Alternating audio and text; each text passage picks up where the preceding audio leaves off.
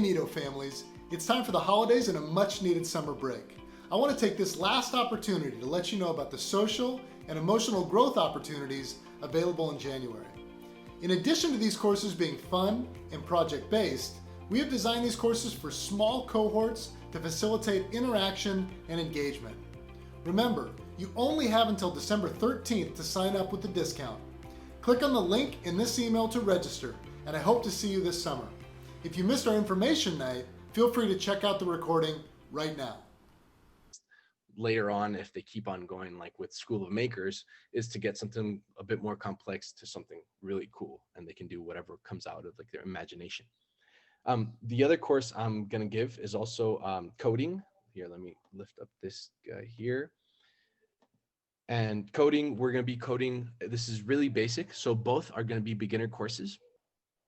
This is beginner coding, and we're gonna be using Scratch and Blockly to teach a bit of linear thinking and conditions, and then the whole point of this course is to end up hopefully with a working game, and the game can be anything they propose. This is one of the games the students came up with, which is a Pong game, and so they can go ahead and click here. Let me see if I can start here. And so they have a Pong game, and so they can code their own games. Instead of consuming games, they can create their own games. Things they can get to also, like if it's a more advanced student, is like, for example, this one, this is still basic, but it's a chaser game, which you're a mouse and you gotta run away with your mouse from the cat, and every time it gets faster, then when it touches it, you lose.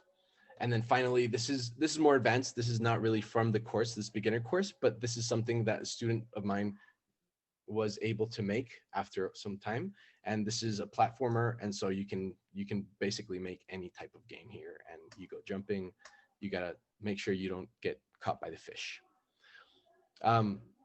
So those are the two courses I'm giving. These are two basic courses, and yeah, I hope everyone has fun and they learn a bunch. I mean, I have tons of fun teaching it and even doing it myself. So I think it's gonna be a really good course. Yeah, and we modified the format a little bit. In the winter, it was kind of a full schedule. We had like meeting once a day, 4 days a week. And we changed it a little bit for the summer just because, we know that we want to kind of limit the screen time. So most of our courses are meeting 3 times a week for about an hour each. So it's this idea that, and especially with Martine's course, which is like a project-based course, meet with Martine, get going, and then have some free time on your own to kind of work on your project. And so we wanted to find that balance between screen time and working on your own. So awesome.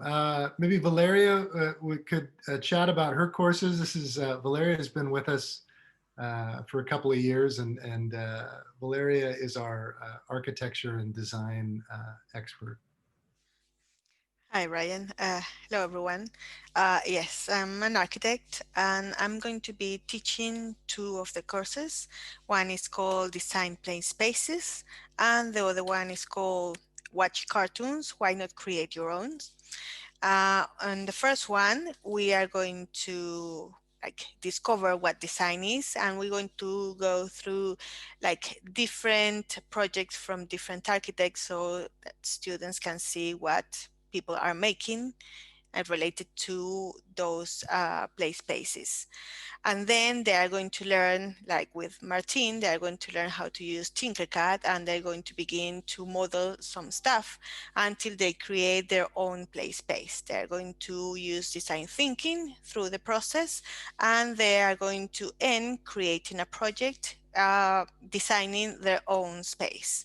And after that, they are going to showcase. During winter, we did also a website like Martin did.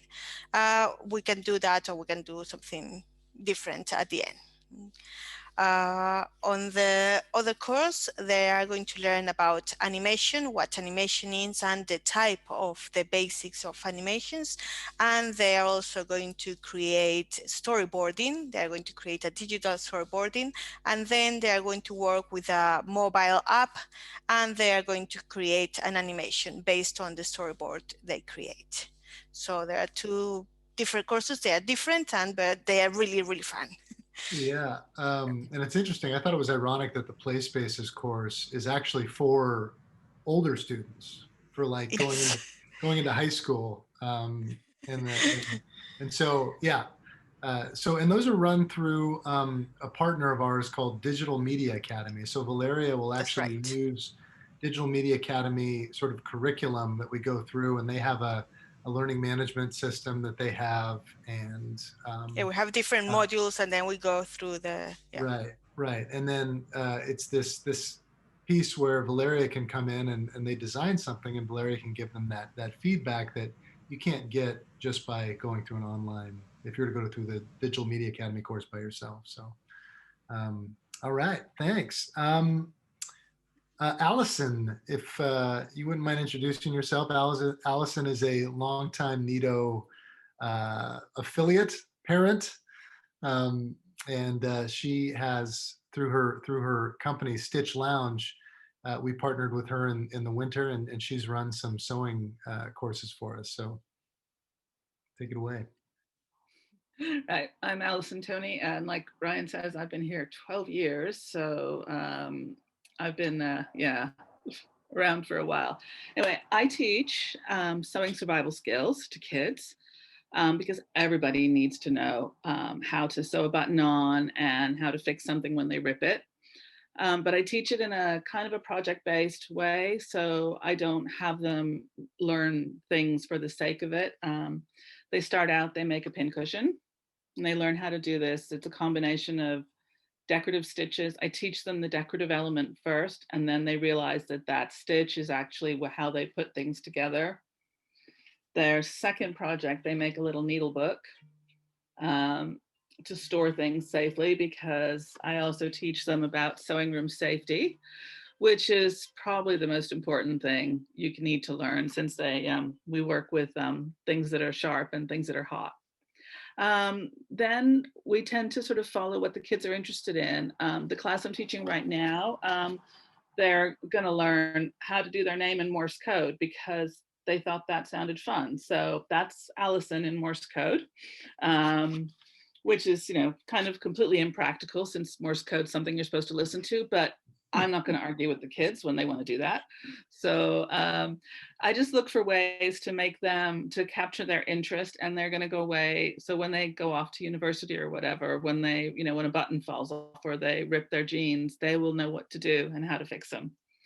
And I've had boys and girls in my classes, and they're, so it's basically, it's a life skill for everybody. So I hope it's going to sound interesting to the kids. Yeah, thanks, Allison. It's so cool to have the opportunity to do these hands-on courses, this hands-on learning that you just don't get in the normal academic semester setting. Yeah. So I suppose I should add how I kind of teach it. So the classes are synchronous, but in the class, I actually use pre-recorded close-up videos of my hands doing things, so that I don't have to try and hold everything up to my Zoom camera. So I do have the videos ready prepared, and the kids can keep access to those forever.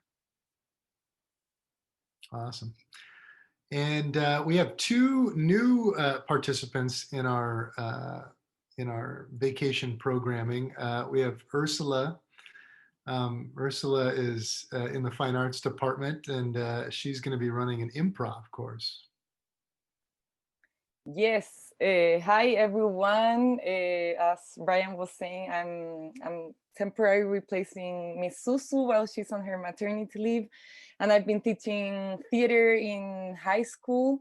And the workshop I'm proposing is Let's Improv.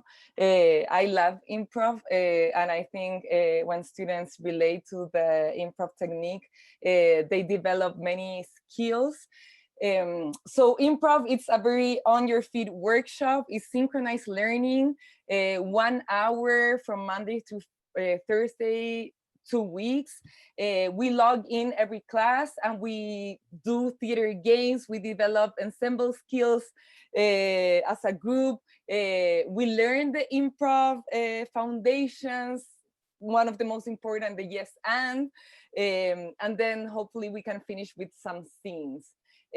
So it's also an invitation to develop creativity, collaboration, participation, communication skills, and to have fun by being all together.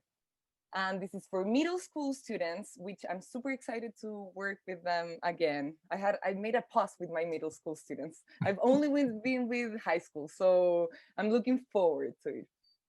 Yeah, it's so cool that you can do improv just like from the, so like, do you do stuff with like the full body? Do you have them like film themselves like in the space, or how does that work? Yes, well, I've developed like a series of techniques. This is one, for example, that I show my students. Actors, stand up, please. So they're like, oh, okay, miss. And they stand up. And yeah, we stand up, we dance, we improvise scenes.